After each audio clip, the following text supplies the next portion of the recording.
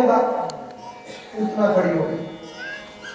महाराज मैं हूं, मुझे वरदान है, मैं वैसे भी बच्चों के ही खून को पीकर जीवित रहती हूँ, मुझे आप आज्ञा दीजिए, मैं जाकर इर्द गिर्द जितने भी इस मथुरा के नजदीक जुड़ते हुए जितने भी धाम है, जितने भी मंडल है, यहाँ पे सभी नवजन्मे शिशुओं को जो भी जन्मे होंगे सबको मार दूंगी।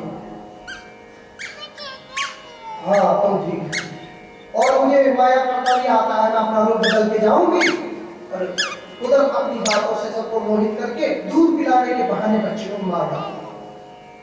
कंस बड़ा खुश होता है, ये तो बड़ा आसान और बड़ा सरल है।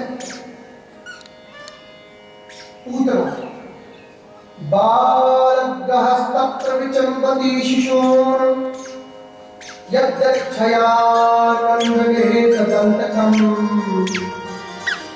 पूतना बालकों के ग्रह के समान थी, इसलिए बच्चे जब जन्मते हैं ना तो पूतना नामक ग्रह आज भी लगता है। बच्चों के जब जन्म होते हैं तो बच्चों पे नजर दोष बच्चों का गिरता है, बच्चों का कहते हैं माँ को कभी भी बच्चे की तरफ पीठ करके नहीं सोना चाहिए, बच्चे को अकेला एकांत में नहीं छोड़ना चाहिए। ये सभी जो है नक्षत्र तारा के भूत प्रेत छुपे हुए रूप में बच्चों पे अटैक करते हैं। तो वो ढूंढती हुई अनायास नंद बाबा के यहाँ पहुंचे और द्वार पर खड़े हो रखे हैं गोप जो उन्होंने खड़े किए हुए थे नंद बाबा ने। वो इतना सुंदर रूप धारण करके आई, उसको देखते मोहित हो गए, ऐसे लगा कि कोई रानी है, इतनी सज धज के आई, कोई देवलोक की अप्सरा है। तो रोकने की हिम्मत नहीं हुई, वाणी साज वहीं पर स्तब्ध हो गई, क्योंकि माया ही ऐसी थी उसकी। चाहते हुए पूछना चाहते थे कि कौन हो तुम, लेकिन पूछ नहीं सके। प्रवेश करके घर के अंदर यदक्षयानंद गहे सदंतकम, नंद ग्रह के अंदर आ गई। उसने देखा कि बालक श्री कृष्ण बाल स्वरूप में शैया पर सो रखे। परीक्षित, भगवान श्री कृष्ण दुष्टों के कार्य है, वो उस वक्त अपनी लीला कर रहे हैं सोने की। वो समझ रही है कि वो उनको कार्य करने जा रही है, ग्रसित करने जा रही है। उसे ये नहीं पता कि कार्य के भी महाकाल, काल भी जिनके आगे नतमस्तक होता है, वो सामने लेटे हुए आराम कर रहे, लीला कर रहे हैं। वो माया रचने वाली तो वो तो महामाया है, उनकी तो महामाया इस संसार को चला रही है जिसमें उसने भी जन्म लिया है। लेकिन भगवान अपनी लीला दिखाने के लिए क्या क्या नहीं करते हैं, 12 स्वरूप में लेते हैं। उसी समय उसने प्रचंड अपने स्वरूप को भी छुपा रखा था और सुंदरता इतनी कि वहां की स्त्रियां देख रही कि स्त्री कौन है। उसने वहां जाकर सभी के सामने उस बच्चे को शैया से उठाया अपने पास और जब उससे पूछने की हिम्मत किसी एक ने की तो कहा कि तुम इसकी मां को बुलाओ। यशोदा यही पूछेगी। यशोदा ने पूछा कि आप कौन हैं? उन्होंने कहा मैं अवध राज्य की रानी हूँ, मुझे वरदान प्राप्त है कि मैंने सुना है कि आपके यहाँ बड़ा ही सुंदर और दिव्य गुणों से एक बालक जन्म लिया है। मैं चाहती हूँ, क्योंकि मेरा मन सहसा उसकी ओर आकर्षित हुआ है, मैं किसी को पिलाती नहीं, लेकिन मैं उसे अपना दूध पिलाना चाहती हूँ जिसके पीने से वो आरोग्य रहेगा और कोई भी बाधा उसके जीवन में नहीं आएगी। ऐसा वरदान मुझे प्राप्त है। अगर आप अपने बालक को यशस्वी बनाना चाहते हो, मनस्वी बनाना चाहते हो, आरोग्यशाली बनाना चाहते हो, तो आप इसको मेरा दूध पान करने दें। माँ बड़ी खुश।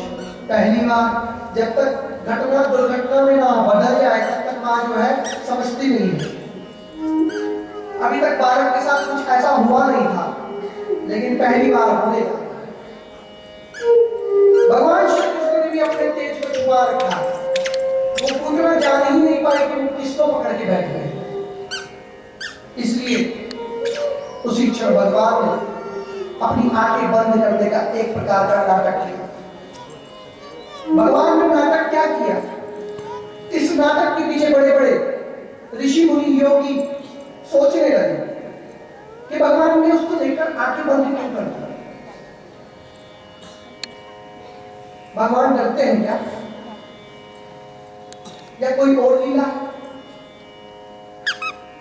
कहते हैं कि श्री कृष्ण कृष्ण ने विचार किया कि बाहर से तो इसने माता का रूप धारण कर रखा है, और परंतु हृदय में इसकी अत्यंत क्रूरता भरी हुई है। मां के रूप में दूध पिलाने आई है, लेकिन मारने के लिए आई है।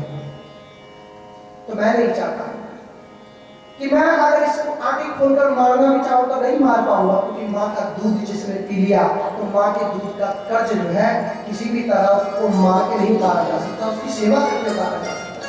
तो इसलिए मैं किसी न किसी प्रकार से पाप का भागी ना बनूं। मैं ये ध्यान ही छोड़ दूंगा कि मेरे सामने कोई स्त्री खड़ी है, कोई माता खड़ी है। मैं आंखें बंद करके यही सोचूंगा कि किसी शत्रु ने मेरे ऊपर हमला किया तो मैंने उसको बदले में हमला करके मारा। भगवान एक भाव किसी ने सोचा या किसी ऋषि ने सोचा कि कृष्ण भगवान ने शायद ऐसा सोचा होगा।